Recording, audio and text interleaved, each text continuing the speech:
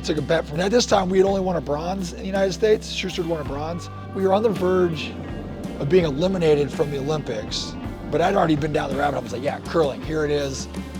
The website says most people start in their 40s. We're good. This is like the perfect retirement sport to get good at. So put together a team and then went down that rabbit hole. And here I am many years later, realizing A, curling is a lot tougher than what people led on to be. B, it's fantastic. As it came out that I was trying to make the Olympics as curling, Schuster makes the miracle run against Canada, then goes on to win gold, and I look like the world's biggest jerk.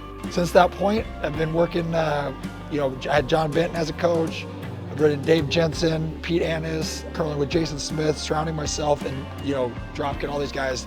I tell you what, the curling community has been so awesome in the standpoint of being welcoming. That's how I got into it, off a stupid bet, and then I fell in love with it, and I'm all in.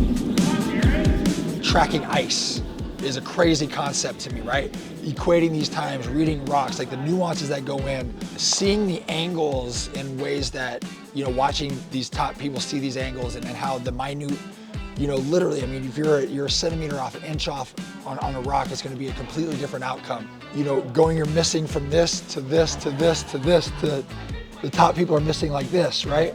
So that mental challenge really takes me kind of out of my comfort zone from a standpoint of precision.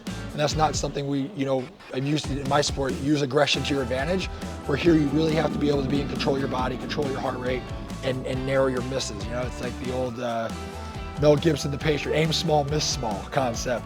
So that really intrigues me and really drives me. And then I have the personality, I want to be the best at something.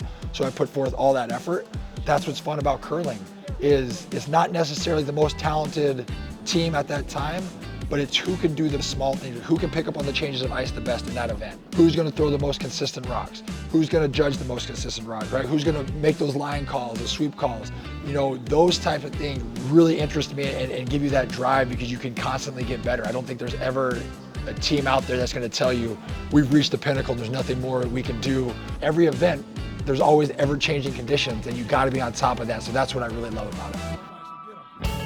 Curling is a sport that is available at all levels, right? So yeah, you see the upper people, and you're like, oh, they're making these shots too, but curling's just as fun to come out here and not know anybody, have a couple beers, throw it down the ice, because sweeping is an added bonus, correct? But I mean, beginners can sit there and just throw rocks at the house.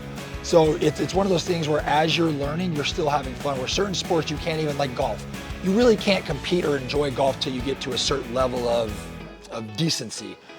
Curling you enjoy from the first stone you throw down the rock, right? Whether you slide or don't slide, everybody can throw a rock down the ice and you can create a game within that game. You can create a learning moment. Curling to me is so much fun because the sport and you evolve together. And at each level, you're having just as much fun and can compete against people at that level. It's one of those rare sports where men and women can compete at the same time because there's no real decisive advantage over it.